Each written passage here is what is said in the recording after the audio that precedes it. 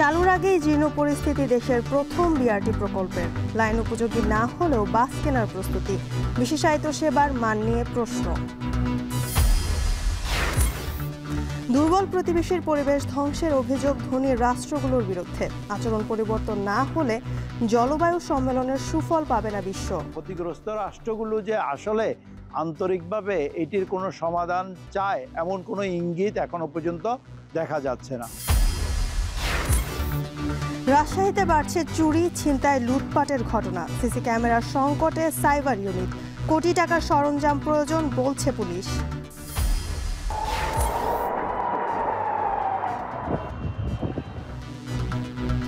Israeli হামলার প্রতিশোধে নতুন অভিযানের পথে ইরান। ফের পাল্টাপাল্টি আক্রমণ হলে যুদ্ধের ফ্রন্ট লাইন তৈরির শঙ্কা।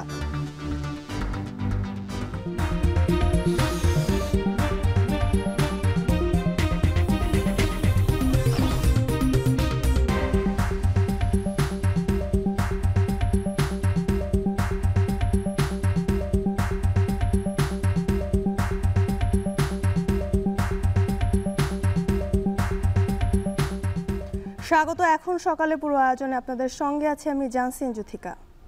আবর্জনার স্তূপ, তার ভেতরে ভবঘুরেদের বসবাস। হস্তান্তরের আগেই দীর্ঘশ্বাসে পরিণত হয়েছে ঢাকঢোল পেটানো জয়দেবপুর থেকে বিমানবন্দর পর্যন্ত দেশের প্রথম বিআরটি প্রকল্প। 25টি স্টেশন সহ এ প্রকল্পের বিভিন্ন অবকাঠামো এমনভাবে পরিত্যক্ত যে তাতে প্রশ্ন উঠেছে আদৌ এখানে বিশেষায়িত বিআরটি সেবা চালু হবে কিনা। তবে বাস্তবে পরিস্থিতি যাই হোক, এই ডিসেম্বরে প্রথম হস্তান্তরের পরিকল্পনা নিচ্ছে কর্তৃপক্ষ। বিশেষজ্ঞরা বলছে নতুন করে খরচ না বাড়িয়ে বিদেশি কোম্পানিকে দেয়া হোক বিশেষায়িত বাস পরিচালনার দায়িত্ব। আজহার লিমনের প্রতিবেদন, ছবি তুলেছেন রেজাউল ইসলাম।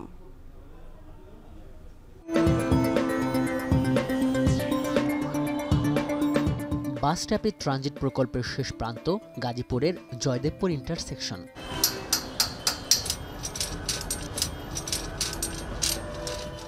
শ্রমিকদের এই ব্যস্ততাকে তুলনা করা যায় দ্রুতগামী, শব্দহীন, দূষণহীন এক যোগাযোগ অবকাঠামোর স্বপ্নকে জাগ্রত রাখার শেষ প্রচেষ্টা হিসাবে। লোক দেখানো প্রকল্প, দায়সারা নির্মাণ আর শত ভোগান্তির জঞ্জালে যে স্বপ্ন বাধা পড়ে আছে এক যুগেরও বেশি সময় ধরে। দেশের প্রথম বিআরটি প্রকল্প আদৌ আলোর মুখ দেখবে কিনা এই আলোচনা যখন চাওয়ার ভেতরে বাইরে, তখন এর সবশেষ পরিস্থিতি দেখতে 2 সপ্তাহ আগে আমরা জয়দেবপুর চৌরাস্তায়। শেষ স্প্যানের কাজ চললেও পরিস্থিতি যে কতটা নড়বড়ে তা শ্রমিকদের কথায় স্পষ্ট। শিটমেন একটা আইতে দেখা গেছে মনে করেন যে 6 মাসের জায়গাতে 1 বছরও পার হয়ে গেছে। তাহলে এই 1 বছর আর কোনো কাজ নেই? না, 1 বছর কাজ নাই, চলছে, কিন্তু প্রকল্প অপাকে রাখে নাই, কিন্তু ধীর গতিতে চলছে। মূলত প্রশ্নবিদ্ধ প্রকল্পের একটি স্মারক হয়ে উঠেছে এই গাজীপুর থেকে বিমানবন্দর 20 কিলোমিটারের এই বিআরটি প্রকল্পটি। 2012 সাল থেকে 2016 সাল মেয়াদি এই প্রকল্পটি পৃথিবীতে সবচেয়ে দীর্ঘ বিআরটি প্রকল্প হিসেবেই রেকর্ড করেনি, এটি একই সঙ্গে রেকর্ড করেছে ব্যয়ের দিক থেকেও। এবং এই প্রকল্পটি শহরতলির মানুষের যে কতটা স্বপ্ন ভঙ্গ করেছে সেটি বোঝা যাবে এর বিবরণীর দিকে তাকালে, যেখানে বলা হয়েছে যে এই নগর যাতায়াতের একটা নতুন এবং একটি আধুনিক পরিবহন সংস্কৃতি গড়ে তোলার কথা। বলা হয়েছিল এভাবে বদলে যাবে শহরতলি, অভিজাত নগর পরিবহন সেবা দিতে থাকবে বিশেষায়িত এমন বাস সার্ভিস। গণমানুষের জন্য এই বাসগুলো শুধু আলাদা উৎসর্গিত লেন ধরে যাতায়াত করবে তা নয়, চওড়া হবে ভারী শিল্প এলাকা দিয়ে যাওয়া সাধারণ সড়কগুলো, উন্নত হবে ড্রেনেজ ব্যবস্থা, মেট্রো রেলের মতো উন্নত আর আধুনিক এমন স্টেশন দিয়ে রাজধানীতে যাতায়াত করবে উপশহরের মানুষেরা। কিন্তু বাস্তবায়ন সংস্থার পক্ষ থেকে যখন বলা হচ্ছে কাজ শেষ, বাকি আর মাত্র 3%, তখন আসলে এর বাস্তবতা কি? আমরা জয়দেবপুর ইন্টারসেকশন থেকে এই বিমানবন্দর যাওয়ার দিকের এই প্রথম এই বিআরটি স্টেশনে এসেছি। আমরা দেখছি যে এই নির্মাণ হওয়ার আগেই মূলত এই স্টেশনটি ভবঘুরেদের একটা আশ্রয় কেন্দ্রে পরিণত হয়েছে এবং প্রচণ্ড গন্ধ আছে এর চারপাশে। অবৈধ গাড়িগুলো তো পার্কিং করে রাখা হয়েছেই, এছাড়া আমরা দেখছি যে এই পুরো এলাকাটি একটা ভাগাড়ে পরিণত হয়েছে। পলিথিন, প্লাস্টিক সহ এলাকার যত আবর্জনা রয়েছে সবগুলোই কিন্তু এখানে স্তূপ করে রাখা হচ্ছে। ঠিক আছে ঠিক আছে না না না না না। এবং জয়দেবপুর থেকে বিমানবন্দর পর্যন্ত বিআরটি 25টি স্টেশনের চিত্রই এমন পরিত্যক্ত। 5 আগস্টের গণঅভ্যুত্থানে কিছু স্টেশন ক্ষতিগ্রস্ত হয়েছে, এটা ঠিক, কিন্তু সেটা বাদ দিলেও দেখা যায়নি এসব স্থাপনা রক্ষণাবেক্ষণে টেকসই কোনো উদ্যোগ। সব মিলিয়ে হতাশ এ পথে চলাচলকারী ও ভুক্তভোগী স্থানীয়রা। না চললে আমাদের জন্য সুবিধা, আর যদি চলে তাহলে পুরা গাজীপুর টঙ্গী থেকে যে রাস্তাটা আছে এটা পুরা রাস্তাটাই অনেকটা জ্যাম হবে, প্রচুর জাম সৃষ্টি হয়। এটা জামের জন্য তো লেনটা অবশ্য ভেঙে দেওয়া উচিত। বাস্তবতা আর কাগজে অগ্রগতির এমন প্রেক্ষাপটে এই প্রকল্পের আসলে ভবিষ্যৎ কি?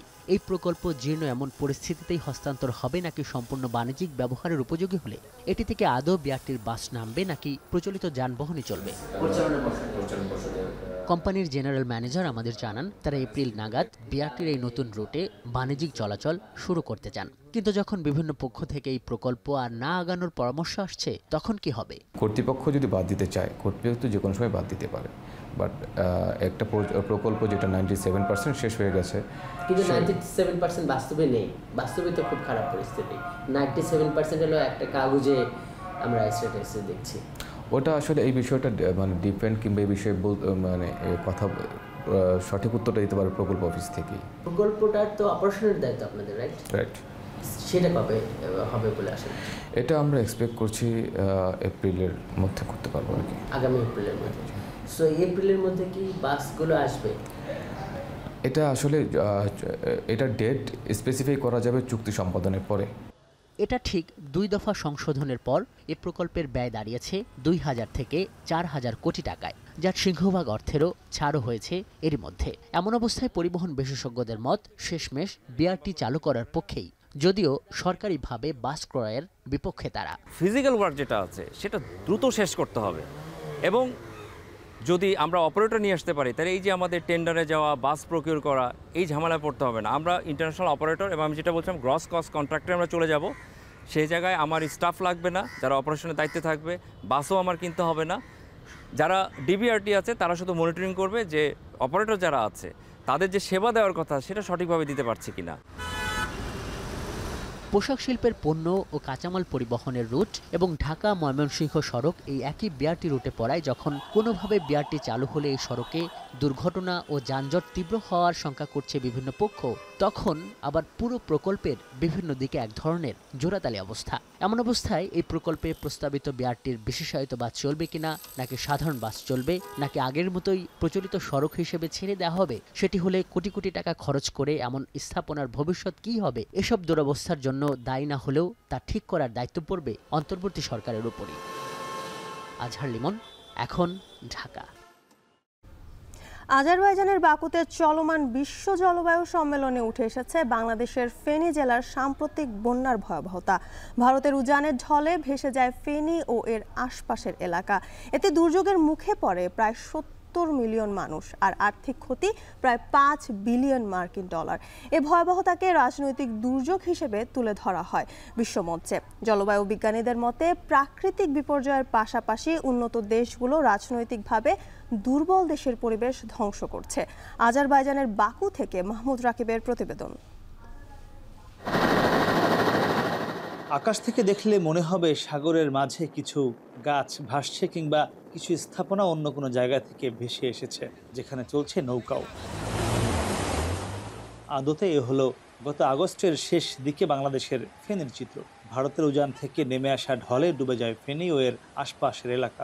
অভিযোগ আছে পাশের দেশ ভারত কোনো ধরনের পূর্বাভাস ছাড়াই পানি ছেড়ে দেয় ভেসে গিয়েছিল ফেনী, শেরপুর, ময়মনসিংহ সহ বেশ কিছু এলাকা, যা ছিল অনেকটাই রাজনৈতিক। এতে ক্ষতিগ্রস্ত হয়েছিল প্রায় 70 মিলিয়ন মানুষ, আর আর্থিক ক্ষতি হয়েছিল প্রায় 5 বিলিয়ন মার্কিন ডলার।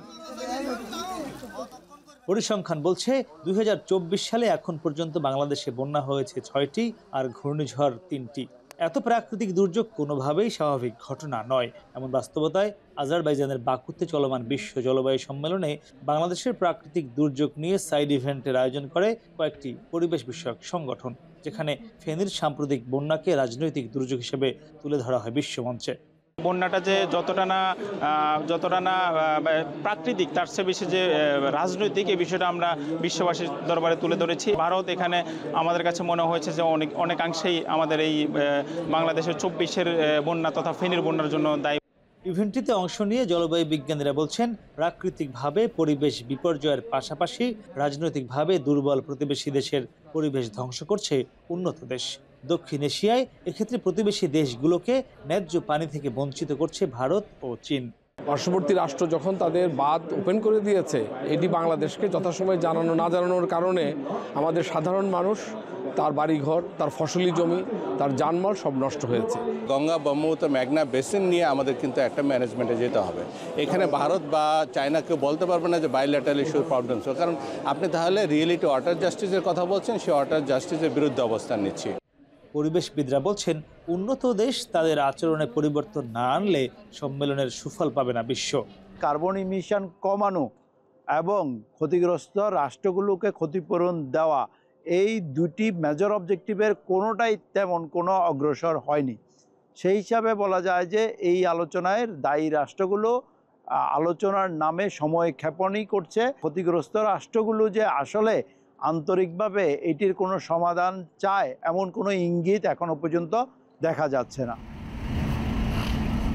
উন্নত দেশগুলো পরিবেশের ভারসাম্য রক্ষা না করে উল্টো পরিবেশ বিরোধী কার্বন ও নানান জ্বালানি ব্যবহার দিন দিন বাড়াচ্ছে, পাশাপাশি দুর্বল দেশগুলোকে রাজনৈতিকভাবে নানা দিক দিয়ে প্রাকৃতিক বিপর্যয়ের দিকে ঠেলে দিচ্ছে, যা পরিবেশ ধ্বংসকে আরও ত্বরান্বিত করছে। তাই পরিবেশ কর্মীরা বলছে, এই পৃথিবী টিকে থাকবে নাকি খুব শিগগিরই ধ্বংস হবে, এখন তা পুরোপুরি নির্ভর করছে এই বিশ্ব মোড়লদের উপরেই। মাহমুদ রাকিব, এখন বাকু, আজারবাইজান। আরএফএল ওয়াটার পাম্পের অটো থার্মাল টেকনোলজি, যা বেশি হিটে নষ্ট হয় না, শতভাগ মসৃণ ব্রাশ ইম্পেলার নিশ্চিত করে অধিক পানির flow. RFL water pump on করলে পানির তুফান। নিরাপত্তা ঝুঁকি বাড়ছে রাজশাহীতে, বাড়ছে চুরি, ছিনতাই, লুটের মতো ঘটনা। পুলিশের সাইবার ইউনিটের সিসি ক্যামেরা সহ নানা সরঞ্জাম সংকটে পড়েছে পুলিশ। সিটি কর্পোরেশনের স্থাপনা সংস্কারের 22 কোটি টাকার বরাদ্দ থেকে এ খাতে পুলিশকে সহায়তা করবে সিটি কর্পোরেশন। দ্রুত সবকিছু স্বাভাবিক করতে উদ্যোগ নেওয়ার কথা জানালেন পুলিশের শীর্ষ কর্তা। সজীব আহমেদের ক্যামেরায় রাকিবুল হাসানের রিপোর্ট। 26 অক্টোবর সন্ধ্যা 7:15 হঠাৎ করেই রাজশাহী নগরীর সড়ক থেকে একজনকে অটোরিকশায় তুলে নিয়ে যাচ্ছে একদল লোক। সামাজিক যোগাযোগ মাধ্যমে এমন ভিডিও ছড়িয়ে পড়লেও কে বা কারা তার সন্ধান মেলেনি।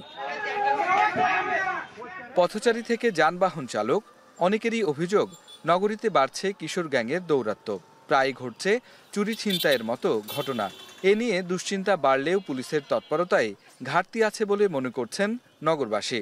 দেখলে পারে মনে করেন তাড়া করে, তাড়িয়ে ধরে মাথায় বাড়ি মারে। একজনকে শাবল মারলো মাথা থেকে, যেহেতু মরে গেল রিস্কাওয়ালা, আর রিস্কাওয়ালা নিয়ে যায় ধরা পড়ে গেছে। 5 তারিখ রাতেই জিডি করেছি। এখন পর্যন্ত কোনো এটার মানে সমাধান বা এটার কোনো ফলাফল আমাদেরকে এখন পর্যন্ত আমরা জানতে পারিনি। বিভিন্ন এলাকা ভিত্তিক যেরকম টহল চলছিল আগে, সেরকম টহলে নামতে হবে এবং কিশোর গ্যাংগুলোকে চিহ্নিত করতে হবে।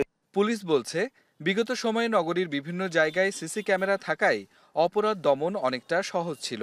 তবে গেল 5 আগস্টের পর নগরীর বিভিন্ন স্থানে প্রায় 450 সিসি ক্যামেরা ভেঙে ফেলা হয়, পুড়িয়ে ফেলা হয় পুলিশের সাইবার ক্রাইম ইউনিটের কন্ট্রোল রুম।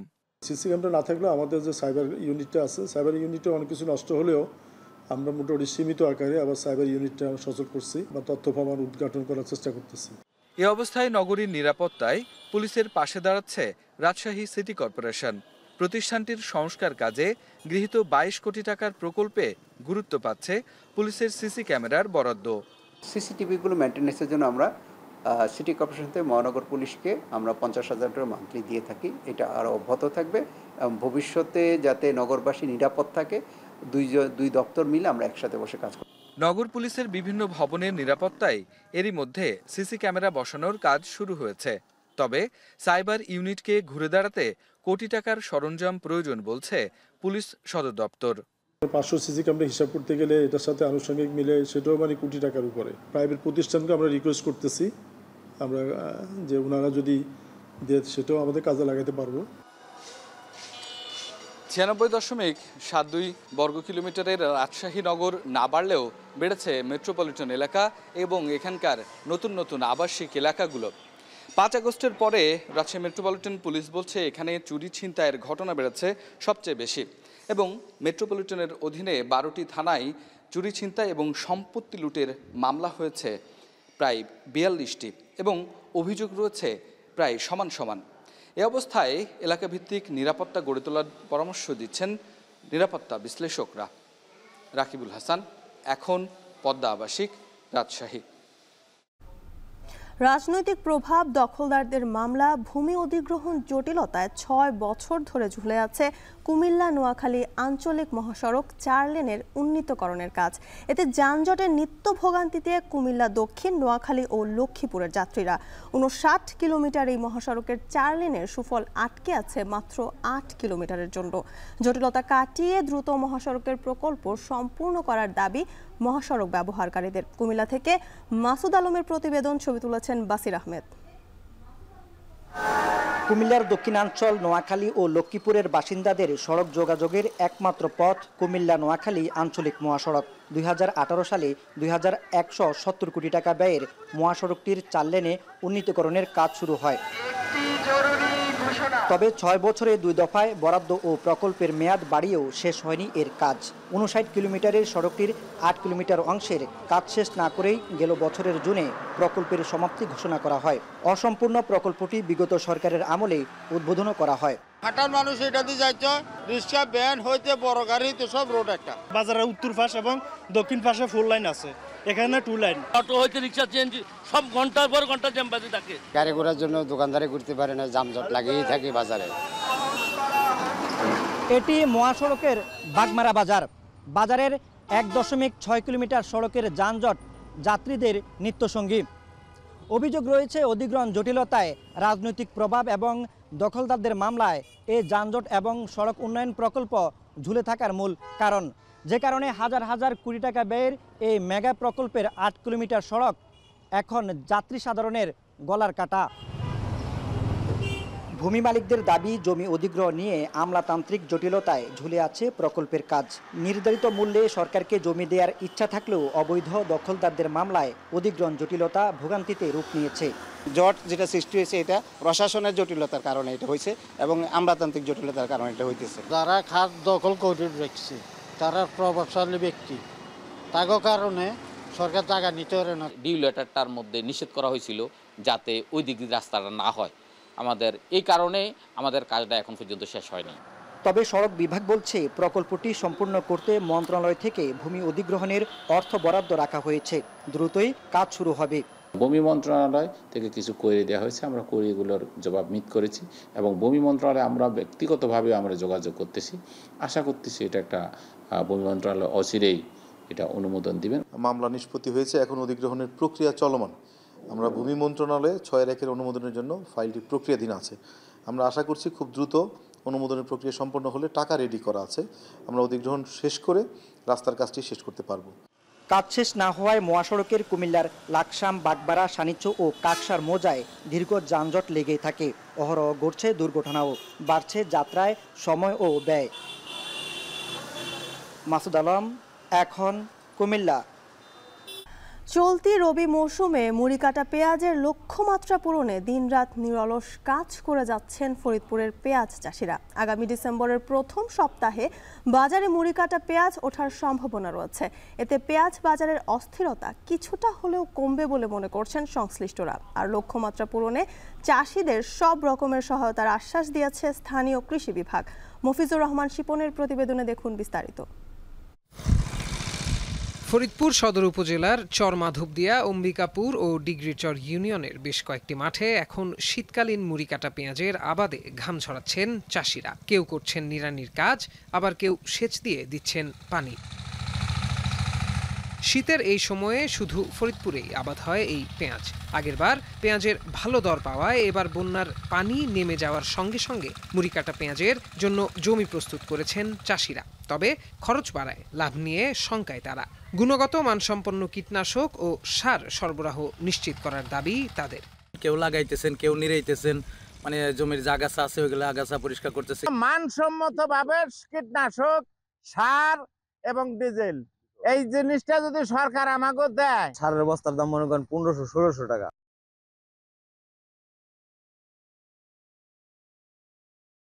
আর কেউ করবে না। কৃষক লাভবান হলে দেশ উন্নত থাকবে। এবছর 5300 হেক্টর জমিতে শীতকালীন মুড়িকাটা পেঁয়াজ চাষ করছেন চাষিরা। জেলা কৃষি বিভাগের এই কর্মকর্তা জানালেন, আবাদের লক্ষ্যমাত্রা পূরণে সব রকম সহযোগিতা নিয়ে চাষিদের পাশেই আছে কৃষি বিভাগ। ফরিদপুর জেলায় চলতি মৌসুমে 43,260 হেক্টর জমিতে পেঁয়াজের লক্ষ্যমাত্রা নির্ধারণ করা হয়েছে। এর মধ্যে মুড়িকাটা পেঁয়াজ হচ্ছে 5300 হেক্টর জমিতে আমরা লক্ষ্যমাত্রা নির্ধারণ করেছি। আশা করতেছি যে হেক্টর প্রতি 14.5 মেট্রিক টন পার হেক্টর এখানে ফলন পাবো এবং যেখান থেকে প্রায় 76,850 হেক্টর 76,850 মেট্রিক টন পেঁয়াজ এখান থেকে উৎপাদন হবে। জেলায় 3 প্রকারের পেঁয়াজ আবাদ হয়। এর মধ্যে রয়েছে হালি, দানা ও মুড়িকাটা পেঁয়াজ। দেশের মোট পেঁয়াজ উৎপাদনের দিক থেকে দ্বিতীয় বৃহত্তর জেলা ফরিদপুর। এখন ফরিদপুর। নবান্ন উপলক্ষে বগুড়া সহ আশপাশের জেলাগুলোতে বসাচ্ছে মাছের মেলা। বড় বড় মাছের পসরা সাজানো হয়েছে স্টলগুলোতে। এ নিয়ে আরো জানাতে মহাস্থান মাছের মেলা থেকে যুক্ত হচ্ছেন সহকর্মী মাজেদুর রহমান। মাজেদ, মেলায় কতটি স্টল বসেছে এবং আকার ও মান ভেদে কত টাকা কেজি দরে মিলছে মাছ সেখানে জানাবেন। জ্যোতিকা, আজকে হলো সনাতন পঞ্জিকা মতে কিন্তু নবান্ন এবং এই এলাকায় বিশেষ করে উত্তরের জেলাগুলোতে কিন্তু আজকে এই নবান্ন উপলক্ষে কিন্তু বিভিন্ন স্থানে কিন্তু মাছের মেলা বসেছে। আর এই মাছে ভাতে বাঙালি এটাকে, এই ঐতিহ্যকে গ্রাম বাংলার কিন্তু লালন করে ধারণ করে এখনও। এবং এই মাছে ভাতে বাঙালির যে ঐতিহ্য রয়েছে সেই ঐতিহ্য অনুসারে যে নতুন যে চালটা আসবে এবং নতুন যে আজকে ভাত রান্না করা হবে সে ভাতের সাথে কিন্তু মাছ চাই। এই জন্যই কিন্তু এই দিনটি উপলক্ষে কিন্তু বিভিন্ন স্থানে বিশেষ করে এই বগুড়া এবং জয়পুরহাট এলাকায় বিভিন্ন উপজেলায় কিন্তু বড় বড় মাছের মেলা বসেছে। এবং এই মাছ কিন্তু সবচেয়ে বড় যে মাছগুলো সেই মাছগুলোই কিন্তু আনা হয় এই মেলাতে। এবং আজকে যে মেলাতে আমি রয়েছি সেটা হলো মহাস্থানে একটি মেলা এবং এটাকে একদিন ব্যাপী এই মেলাতে কিন্তু আজকে 36 কেজি ওজনে কিন্তু মেলা মাছ রয়েছে। বিশেষ করে বাঘাইর মাছ রয়েছে, এছাড়া কাতলা, রুই, মৃগেল থেকে আরম্ভ করে দেশীয় জাতীয় কিন্তু প্রচুর মাছই কিন্তু এখানে পাওয়া যাচ্ছে। যদি দাম বলি সেটি হলো বড় জাতের যে মাছ, সেই বিশেষ করে কাতলা মাছ 400-450 টাকা কেজি দরে বিক্রি হচ্ছে, 500 টাকা কেজি বিক্রি হচ্ছে। এবং বাঘাইয়ের মাছ 700-800 টাকা কেজি, যেটি হলো 36 কেজি ওজনের, 30 কেজি ওজনের সে মাছগুলো বিক্রি হচ্ছে। এবং আজকের এই মেলাতে কিন্তু প্রত্যেকটা গরিব ধনী আরম্ভ করে কিন্তু সবাই কিন্তু এই মাছ কিনেন এবং তাদের বাড়িতে কিন্তু একটা উৎসব চলে। এবং এই দিনটিকে অনেকে জামাই মেলা বলা হয়, কারণ জামাইরা কিন্তু এই দিনটি উপলক্ষে চলে আসেন শ্বশুরবাড়িতে এবং জামাইরা কিন্তু এই মাছ কিনেন এবং শ্বশুরবাড়িতে নিয়ে যান এবং সবাই মিলে আনন্দ উৎসব করে কিন্তু এই মাছ ভাত আজকে খান। এছাড়াও কিন্তু এখানে পিঠা পুলি উৎসবও থাকে নতুন নবান্নের দিনে, সেটি কিন্তু তারা খান। তো এই ছিল জ্যোতিকা আমার কাছে মাছের মেলা থেকে সর্বশেষ। বগুড়া থেকে মাছ মেলার সর্বশেষ খবর জানাচ্ছিলেন সহকর্মী মাজেদুর রহমান। সংরক্ষণের অভাবে, অযত্নে, অবহেলায় হারিয়ে যাচ্ছে কৃষক, শ্রমিক, মেহনতি মানুষের অবিসংবাদিত নেতা মাওলানা ভাসানীর স্মৃতিচিহ্নগুলো। পরিবারের সদস্যদের দাবি, বিভিন্ন দেশে ভাসানীকে নিয়ে চর্চা করা হলেই নিজ দেশেই উপেক্ষিত মজলুম এ জননেতা।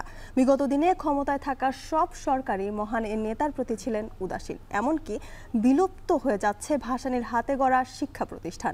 বৃহত্তর স্বার্থে তার স্মৃতিচিহ্ন রক্ষা, জাতীয় নেতার মর্যাদা ও রাষ্ট্রীয়ভাবে মৃত্যুবার্ষিকী পালনের দাবি ভাসানী ফাউন্ডেশন ও স্থানীয়দের। বিস্তারিত কাউসার আহমেদের প্রতিবেদনে ছবি তুলেছেন শোভন দাস। সাম্রাজ্যবাদ, ঔপনিবেশবাদ ও আধিপত্যবাদ বিরোধী সংগ্রামের প্রবাদ পুরুষ, মজলুম জননেতা মাওলানা আব্দুল হামিদ খান ভাসানী। ব্রিটিশ বিরোধী আন্দোলন থেকে শুরু করে উপমহাদেশের নির্যাতিত নিপীড়িত মানুষের পক্ষে আপোষহীন নেতৃত্ব দানকারী মহান এই নেতার ৪৮তম মৃত্যুবার্ষিকী আজ। কৃষক শ্রমিক মেহনতি মানুষের অধিকার আদায় ও দেশমাতৃকার মুক্তির আলোকবর্তিকা হলেও মৃত্যুর পর তিনিই যেন হারাতে বসেছেন। সংরক্ষণের অভাবে হারিয়ে যাচ্ছে তার স্মৃতিচিহ্নগুলো। চীনের প্রধানমন্ত্রীর কাছ থেকে উপহার পাওয়া ট্রাক্টর, ওভারকোট, টাইপরাইটার সহ অনেক স্মারকই নষ্ট হওয়ার পথে। সেন্টারের উদ্যোগে জাদুঘরে সংরক্ষণের চেষ্টা করা হলেও তার উপরেও জমেছে ধুলার আস্তর। দেশ ও জাতির জন্য মৌলানা ভাসানী নিজেকে উৎসর্গ করলেও তার স্বপ্ন বাস্তবায়নে এখন পর্যন্ত নেই জোরালো কোনো পদক্ষেপ। স্বপ্ন দেখেছিলেন সন্তোষী নিজ এলাকায় একটি ইসলামিক বিশ্ববিদ্যালয় কাম কমপ্লেক্স গড়ে তুলবেন, যেখানে থাকবে স্কুল কলেজও। স্বল্প পরিসরে স্কুলের কার্যক্রম শুরু হলেও পরবর্তীতে তাও মুখ থুবড়ে পড়ে। এছাড়া ভাসানীর হাতে গড়া অনেক শিক্ষা প্রতিষ্ঠানও বিলুপ্ত হয়ে যাচ্ছে। মৌলানা ভাসানী একটি অবিসংবাদিত নাম। শুধু এই ইন্ডিয়ান সাবকন্টিনেন্টে যদি বলেন, শুধু মৌলানা ভাসানীর নাম চর্চা হয় না, এশিয়া, আফ্রিকা, ল্যাটিন সমস্ত বিশ্বে মৌলানা ভাসানীর নাম চর্চা হয়। শুধুমাত্র তার যে চিন্তা আদর্শ আছে, সেই চিন্তা এবং আদর্শের উপর ভিত্তি করে একটি রাষ্ট্র গঠন করা যেতে পারে। মৌলানা ভাসানীর যে ইতিহাসের সাথে যে অতপ্রতভাবে জড়িত, এটা যাতে সকলেই জানতে পারে তার একটা ব্যবস্থা করা। মৌলানা ভাসানীর যে শেষ স্বপ্ন, আপনারা জানেন যে ইসলামী বিশ্ববিদ্যালয় করতে চেয়েছিলেন, সেটি মুখ থুবড়ে পড়েছে। সেটি এখন ইতিহাসের পাতা থেকে প্রায় নাই হয়ে গিয়েছে। রাষ্ট্রভাষা সংগ্রাম পরিষদের উনি সভাপতি, স্বাধীনতা উপদেষ্টা মণ্ডলীর সভাপতি, কোথায় কোন ইতিহাসে উনি নেই। আসলে ওনার সব জায়গায় অবহেলিত। সাম্যের দেশ ও বিশ্ব গড়ে তুলতে বৈষম্য বিরোধী, স্বাধীনতা ও মানব কল্যাণের পক্ষে কাজ করেছেন ভাসানী। শুধু বাংলাদেশ নয়, সারা বিশ্বের নির্যাতিত মানুষের নেতা ছিলেন তিনি। মুক্তিযুদ্ধে বিশেষ অবদান রাখার পরও রাষ্ট্রীয়ভাবে তাকে সম্মান জানানো হয়নি। জাতীয় নেতার মর্যাদার পাশাপাশি মৌলানা ভাসানীর মৃত্যুবার্ষিকী রাষ্ট্রীয়ভাবে পালনের দাবি বিশিষ্টজনদের। স্বাধীনতা যুদ্ধ থেকে শুরু করে প্রতিটি গণতান্ত্রিক আন্দোলনে জনগণের পক্ষে তার যে অবস্থান, এগুলো তুলে ধরা হোক। জাতীয়ভাবে তুলে ধরলে আমাদের দেশের মানুষেরই কল্যাণ হবে। আমরা দাবি করি যে মজলুম জনতা মৌলানা আব্দুল হামিদ খান ভাসানীর মৃত্যুবার্ষিকীটা রাষ্ট্রীয়ভাবে পালন করা হোক। ব্রিটিশ বিরোধী আন্দোলন, মুক্তিযুদ্ধ সহ প্রতিটি জাতীয় আন্দোলনে মৌলানা ভাসানীর রয়েছে গুরুত্বপূর্ণ অবদান। এখন টাঙ্গাইল। মাওলানা আব্দুল হামিদ খান ভাসানীর ৪৮তম মৃত্যুবার্ষিকী আজ। টাঙ্গাইলের সন্তোষে মাওলানা ভাসানীর মাজারে শ্রদ্ধা জানাতে ভোর থেকে ঢল নেমেছে নানা শ্রেণী পেশার মানুষের। এ নিয়ে আরও জানাতে সেখান থেকে যুক্ত হচ্ছেন সহকর্মী কাউসার আহমেদ। কাউসার, মাওলানা ভাসানীর মৃত্যুবার্ষিকী উপলক্ষে আর কি কোনো কর্মসূচি রয়েছে কিনা জানাবেন।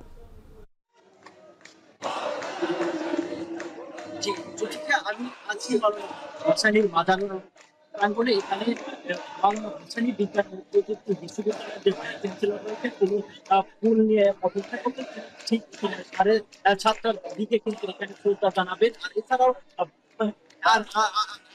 এছাড়াও ভাসানীর পরিবারের পক্ষ থেকে আমরা দেখতে পাচ্ছি যে ফুল নিয়ে শ্রদ্ধা জানাতে। এছাড়াও ভাসানীর নামে যে বিভিন্ন স্বেচ্ছাসেবী ও সামাজিক রয়েছে, সেই সংগঠনের যারা নেতৃবৃন্দ রয়েছে তারাও কিন্তু এখানে স্লোগান দিচ্ছে যে যুগ যুগ দিয়ে তিনি মাওলানা ভাসানী। এছাড়াও কিন্তু নানা স্লোগান দিচ্ছে। এছাড়াও এই মাজারের পাশে কিন্তু 7 দিন ব্যাপী মেলার আয়োজন করা হয়েছে, যার নাম দেওয়া হয়েছে ভাসানী মেলা। এছাড়াও বিগত কয়েকদিন যাবত এই ভাসানী বিশ্ববিদ্যালয় এবং ভাসানীর নামে যে দরবার রয়েছে, কিন্তু ভাসানীর নাম অনুসারে বিভিন্ন সেমিনার এবং তার স্মৃতিচিহ্ন নিয়ে কথা হয়েছে। তার যে রাজনৈতিক বর্তমান অন্তর্বর্তী আদর্শ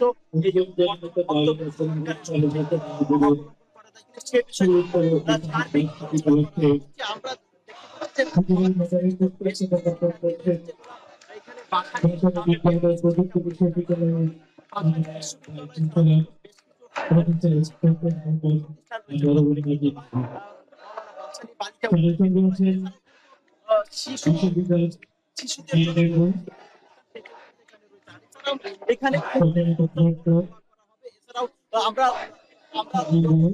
সকাল থেকে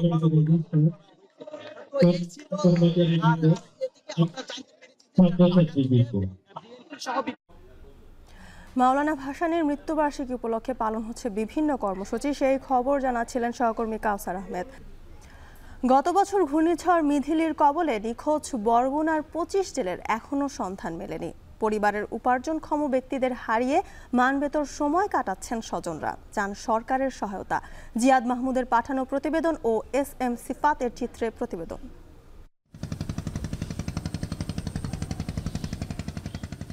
সব ট্রলার ফিরে আসে, শুধু ফেরে না বরগুনার ঢোলুয়া ইউনিয়নের মরখালী গ্রামের আলামিন কিংবা আউয়াল বিশ্বাসের ট্রলার। গত বছর ঘূর্ণিঝড় মিথিলির কবলে পড়ে আলামিন, আউয়াল, মাহতাব সহ 25 জন জেলে নিখোঁজ হন, যাদের এখন পর্যন্ত কোনো হদিস মেলেনি।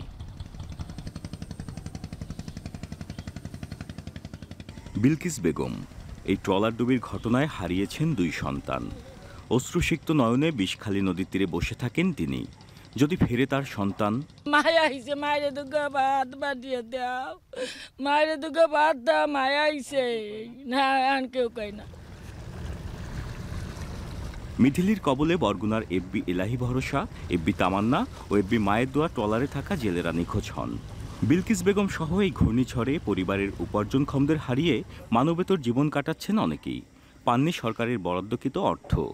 জেলেদের অভিযোগ, সমুদ্রে ট্রলারে প্রয়োজনীয় নিরাপত্তা সরঞ্জাম ও শক্তিশালী নেটওয়ার্ক ব্যবস্থা নেই, তাই বাড়ছে প্রাণহানি ও নিখোঁজের সংখ্যা। না, আমরা কোনো সাহায্য সহযোগিতা আমাকে কোনো কেউ সহযোগিতা করে না, এই অবস্থায় আছি আমরা। বোট অনেকে ছাড়িয়ে দিয়ে খালি লোক আসতে পারছে, আবার কোনো বোট আছে যে লোক নিখোঁজ হয়ে রয়েছে, ওগুলো কেউ খোঁজই নিচ্ছে না। তো ওখানে তো কোনো নেটওয়ার্ক নাই, কোনো খোঁজখবর পাওয়া যায় না। আবহাওয়া যখন খারাপ হয় তখন বোঝা যায় যে দেশে আবহাওয়া খারাপ হয়েছে। ঝড় জলোচ্ছ্বাসে জেলেদের নিরাপদে রাখতে সমুদ্রগামী ট্রলারে আধুনিক সরঞ্জাম ও জিপিএস ট্র্যাকিংয়ের মাধ্যমে মনিটরিং ব্যবস্থা চালুর কথা জানান এই বিশেষজ্ঞ। আমাদেরকে নেটওয়ার্কিং এবং আবহাওয়ার পূর্বাভাসটা ডেভেলপ করতে হবে এবং আমাদের একটা ডাটা বেস তৈরি করতে হবে যে যেখানে আসলে কী পরিমাণ নিখোঁজ হচ্ছে, কোথায় নিখোঁজ হচ্ছে, এবং সেই পর্যন্ত আমাদের নেটওয়ার্কটা আমাদেরকে নিশ্চিত করতে হবে। ঘূর্ণিঝড়ে নিখোঁজ জেলেদের পরিবারের জন্য আর্থিক সহায়তা করার আশ্বাস প্রশাসনের। এছাড়া প্রতিবেশী রাষ্ট্রে আশ্রয় নেওয়া জেলেদের কোনো সুনির্দিষ্ট তথ্য পাওয়া গেলে কূটনৈতিক ব্যবস্থার মাধ্যমে তাদের ফিরিয়ে আনা যেতে পারে বলে জানান এই কর্মকর্তা। মৃত বা নিখোঁজ জেলের জন্য এককালীন 50,000 টাকা পর্যন্ত সাহায্য করা হয়ে থাকে। আর যদি স্থায়ীভাবে পঙ্গু হন, যে কোনো কাজ করতে পারেন না, তার জন্য 25,000 টাকা পর্যন্ত করার বিধান আছে। তো এই করার কিছু আপনার সুনির্দিষ্ট নীতিমালা আছে। যারাই আবেদন করেন বা যখনই আমরা এই ধরনের নিউজগুলো পেয়ে থাকি, আমরা আমাদের ঊর্ধ্বতন কর্তৃপক্ষ অবহিত করি এবং তারাই এই বিষয়ে ব্যবস্থা গ্রহণ করে। দেশের আমিষের যোগান দিচ্ছেন যারা, প্রাকৃতিক দুর্যোগে তাদের জীবনই থাকে চরম অনিশ্চয়তায়। সরকারি হিসেব মতে গত 18 বছরে বরগুনার পাথরঘাটা উপজেলাতেই নিখোঁজ হন 188 জন জেলে। জিয়াদ মাহমুদ, এখন, বরগুনা। এবার দেশের বাইরের খবর। ইসরায়েলি ভূখণ্ড লক্ষ্য করে ইরানের সম্ভাব্য অভিযান ঘিরে বাড়ছে উত্তেজনা। এপ্রিল ও অক্টোবরের হামলা থেকেও এবারের হামলাটি শক্তিশালী হতে পারে। ইসলামিক রেভলিউশনারি গার্ড কর্পসের সঙ্গে দেশটির সেনাবাহিনীও যোগ দিতে পারে এবার। তেহরানের হামলার পর তেল আবিব পাল্টা হামলা চালালে আরেক যুদ্ধের ফ্রন্ট লাইন তৈরির শঙ্কা মধ্যপ্রাচ্যে। তৌহিদুর রহমান জানাচ্ছেন বিস্তারিত। এপ্রিলে সিরিয়ায় থাকা ইরানি কনসুলেটে ইসরায়েলি হামলার জবাব দিতে 300টির বেশি মিসাইল ও ড্রোন দিয়ে তেল আবিবকে লক্ষ্যবস্তু করে ওই মাসেই ট্রু প্রমিস 1 নামের অভিযান চালায় তেহরান। এরপর হামাস নেতা ইসমাইল হানিয়া, হিজবুল্লাহ নেতা হাসান নাসরাল্লাহ সহ ইরানপন্থী বেশ কয়েকজন শীর্ষ নেতাকে হত্যার জেরে 1 অক্টোবর ট্রু প্রমিস 2 নামের অভিযানে ইসরায়েলে প্রায় 200টি ক্ষেপণাস্ত্র ছোড়ে ইরান। 26 অক্টোবর ইরানে চালানো ইসরায়েলের বিমান হামলায় নিজেদের 4 সেনা হারানোর পর আবারও প্রতিশোধের নেশায় জ্বলছে তেহরান। এবার ট্রু প্রমিস 3 অভিযানের পথে হাঁটতে থাকায় ইরান ইসরায়েল উত্তেজনাও এখন তুঙ্গে। ইরানের আগের 2টি হামলার চেয়েও আসন্ন হামলাটি আরও বেশি শক্তিশালী হবে বলে ধারণা করছেন বিশ্লেষকরা। কারণ সবশেষ ইসরায়েলি হামলায় শুধু সেনাদেরই হারায়নি, ক্ষতিগ্রস্ত হয়েছে একটি গোপন পরমাণু গবেষণা কেন্দ্র। তাই অস্তিত্বের প্রশ্নে ইরানের আসন্ন অভিযান ট্রু প্রমিস 3 ভয়াবহ হতে পারে বলে মত বিশ্লেষকদের। الدرجة الأولى هو على قضية نتائج الانتخابات والصراع الانتخابي. إسرائيل سيتراجع الحديث فيها إلى ما بعد 5 نوفمبر. ইসরায়েলের বিরুদ্ধে ইরানের আগের প্রতিক্রিয়াগুলো ইসলামিক রেভলিউশনারি গার্ড কর্পস IRGCর দ্বারা পরিচালিত হলেও এবার তাদের সঙ্গে দেশটির সেনাবাহিনীও যুক্ত হওয়ার আভাস মিলছে। অর্থাৎ 2 বাহিনীর আলাদা দায়িত্ব থাকলেও ইসরায়েলের বিরুদ্ধে এক সত্তা হয়ে অভিযান চালাতে যাচ্ছে IRGC ও ইরানি সেনাবাহিনীর সদস্যরা। তবে গাজায় যদি ইসরায়েল আগ্রাসন বন্ধ করে তাহলে মধ্যপ্রাচ্যের সব উত্তেজনাই থেমে যাবে বলে মনে করেন বিশ্লেষকরা। تهدئة بين إيران وإسرائيل في حالة واحدة، إذا تخلت إسرائيل عن عنجهيتها ومنحت الفلسطينيين حقوقهم كاملة. এদিকে যুক্তরাষ্ট্রসহ পশ্চিমা মিত্রদের সহায়তায় ইসরায়েল আগ্রাসন চালানোর সাহস দেখালেও এসবের তোয়াক্কা করে না ইরান। বরং তেহরানের স্যাটেলাইট ইমেজিং সক্ষমতা, ক্ষেপণাস্ত্র উন্নয়ন এবং রাশিয়ার সাথে সম্পর্ক জোরদারের কারণে বিশেষভাবে উদ্বিগ্ন পশ্চিমারাই। উদ্বেগের বড় একটি কারণ হলো সাম্প্রতিক বছরগুলোতে 15টির বেশি স্যাটেলাইট উৎক্ষেপণ করেছে ইরান। এর মধ্যে বেশ কয়েকটিতে রাশিয়ার সহযোগিতা নিয়েছে দেশটি। এই স্যাটেলাইটগুলো কৃষি এবং গবেষণার মতো বেসামরিক উদ্দেশ্যে উৎক্ষেপণ করার দাবি করা হলেও এর আড়ালে সামরিক প্রচেষ্টার কোনো কিছু যুক্ত থাকতে পারে বলে মনে করেন পশ্চিমারা, যার মাধ্যমে নজরদারি, সামরিক সক্ষমতা ও গোয়েন্দা তথ্য সংগ্রহে তেহরান তার সক্ষমতা বাড়াচ্ছে বলেও শঙ্কা রয়েছে। তৌহিদুর রহমান, এখন বিশ্ব। ভয়াবহ বায়ু দূষণে ধোঁয়ায় ঢাকা পড়েছে ভারতের আগ্রার তাজমহল। আগ্রা ও এর আশপাশের এলাকায় শস্যের গোড়া পোড়ানোয় দূষণের মাত্রা বেড়েছে কয়েক গুণ। ধোঁয়ায় রাজধানী দিল্লি ও ভারতের উত্তরাঞ্চলে ব্যাহত হচ্ছে বিমান ও রেল চলাচল। বিপাকে পড়েছেন দিল্লির বাসিন্দারা। পরিস্থিতি নিয়ন্ত্রণে শিক্ষা প্রতিষ্ঠানের পাশাপাশি বন্ধ রাখা হয়েছে নির্মাণ কাজ। বিস্তারিত জানাচ্ছেন তানভীর জনি। একদিকে বায়ু দূষণ, অন্যদিকে শীতের আগমনী বার্তায় তাপমাত্রা কমতে থাকায় বাড়ছে কুয়াশার পরিমাণ। ভারতের উত্তরপ্রদেশের বেশিরভাগ অঞ্চল এখন ধোঁয়ায় আচ্ছন্ন। ঘন কুয়াশা ও দূষিত বায়ুতে ঢাকা পড়েছে আগ্রার তাজমহল। বায়ু দূষণের তীব্রতা বাড়ায় সাময়িকভাবে বন্ধ রাখা হয়েছে শহরের সব নির্মাণ কাজ ও প্রাথমিক স্কুল। আগ্রায় দূষণের মাত্রা বেড়েছে বহুগুণ। পাশাপাশি চলছে শস্যের গোড়া বা আগাছা পোড়ানো। প্রতি বছর এই নিয়ে অভিযোগ উঠলেও দৃশ্যত কোনো পদক্ষেপ দেখা যায় না। দূষণ ঠেকাতে এবার কৃষকদের সতর্কবার্তা দিয়েছে ভারত সরকার। দেশটির আবহাওয়া অফিস জানায়, সোমবার পর্যন্ত ঘন ধোঁয়ায় ঢাকা থাকতে পারে গোটা Agra. And of course, all these measures are taken. What you're talking, what's being said now, even for the office hours are being scattered, and various measures like the school, etc. They're mostly reactive measures. If you have to advise, you should advise for all year round. বাতাসে দূষণের কারণে দিল্লি ও উত্তর ভারতে ব্যাহত হচ্ছে বিমান ও train চলাচল। হাসপাতালগুলোতে বেড়েছে শ্বাসকষ্টজনিত রোগীর সংখ্যা। এমন পরিবেশে বাইরে চলাচল করতে নানা সমস্যার সম্মুখীন হচ্ছেন দিল্লির বাসিন্দারা।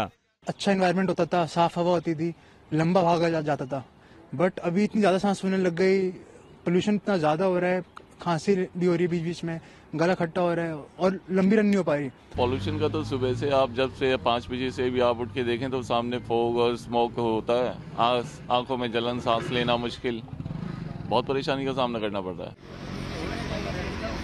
প্রতি বছর শীতকালে দিল্লিকে এই ধোঁয়ার সঙ্গে লড়াই করতে হয়। চলতি বছরে দিল্লির দূষণের প্রায় 38% হয়েছে খড় পোড়ানোর কারণে। দ্য ল্যান্সেট মেডিকেলের এক গবেষণায় দেখা যায়, ভারতে 17 লাখ মানুষের অকাল মৃত্যুর জন্য দায়ী নিম্নমানের বায়ু। তানভীর জনি, এখন বিশ্ব। বয়স নিতান্তই একটি সংখ্যা মাত্র। অদম্য মানসিক জোর আর দৃঢ় মনোবলে বারবার যে সকল লড়াকু মানুষ এই লাইনটা আওড়ানোর সুযোগ করে দেন, তাদেরই একজন কিংবদন্তি বক্সার মাইক টাইসন। লম্বা বিরতির পর আবারও বক্সিং রিংয়ে ফিরে হেরে গিয়েও জিতেছেন, উৎসবের আমেজে এনেছেন বক্সিং রিংয়ে। আরিফুল ইসলাম সাহাবের প্রতিবেদন। The baddest man on the planet. উপাধিটা 58 বছর বয়সী কিংবদন্তি আমেরিকান বক্সার মাইক টাইসনের। বক্সিং রিংয়ে তিনি রাফ অ্যান্ড টাফ, আর রিংয়ের বাইরে খ্যাপাটে। 80-র দশকে বক্সিংয়ের হেভিওয়েট বিভাগে রাজত্ব করেছেন। রিংয়ের বাইরে বিতর্কেও জড়িয়েছেন সমান্তালে, জড়িয়েছেন নারী কেলেঙ্কারিতেও, খেটেছেন জেল। 19 বছর পর আবার যখন ফিরলেন, তখনও সঙ্গী প্রতিপক্ষকে চড় মারার বিতর্ক। ম্যাচ হেরেছেন বটে, তবে প্রত্যাবর্তনটাও হয়েছে উৎসব মুখর। সময়ের ফেরে বেড়েছে বয়সের ভার, কমেছে গতি, ক্ষিপ্রতাও নেই আগের মতো। তারপরেও 27 বছরের তরুণ তুর্কি জ্যাক পলের বিপক্ষে টানা 8 রাউন্ড লড়েছেন 58-তে পা দেয়া লৌহ মানব মাইক টাইসন। তবে বয়সের ভারে মন্থর টাইসন পেরে ওঠেননি। পলের কাছে ম্যাচ হেরেছেন 80-72, 79-73 ও 79-73 পয়েন্টের ব্যবধানে, যেটা তার ক্যারিয়ারে মাত্রই 7ম হার। মুষ্টিযুদ্ধের কসরতে প্রত্যাবর্তন ম্যাচসহ ৫৯ ম্যাচের পুরো ক্যারিয়ারে ৫০ জয়ের বিপরীতে মাইক টাইসনের হার মাত্র ৬টিতে, যার মধ্যে নকআউটেই প্রতিপক্ষকে কুপোকাত করেছেন ৪৪ বার। এমন পরিসংখ্যান যে কোনো বক্সারের জন্যই পরম আরাধ্যের। জিতে গিয়েও তাই টাইসনকে সর্বকালের সেরা হিসেবে অভিহিত করেছেন জ্যাক পল। ম্যাচের শুরুতেও মাথা নিচু করে জানিয়েছেন সম্মান। আরিফুল ইসলাম সাহাব, এখন। শেষ করছি এখন সকাল, তার আগে শিরোনামগুলো আরও একবার।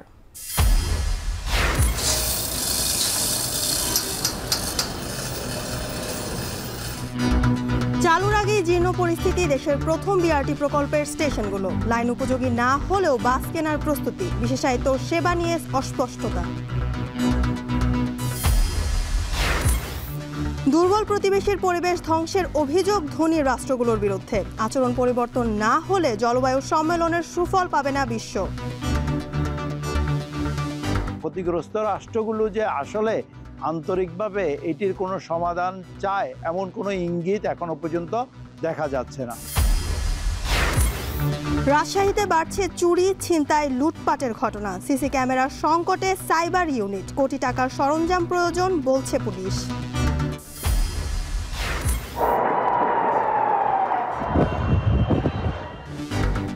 এবং ইসরায়েলি হামলার প্রতিশোধে নতুন অভিযানের পথে ইরান। ফের পাল্টাপাল্টি আক্রমণ হলে যুদ্ধের ফ্রন্টলাইন তৈরির শঙ্কা।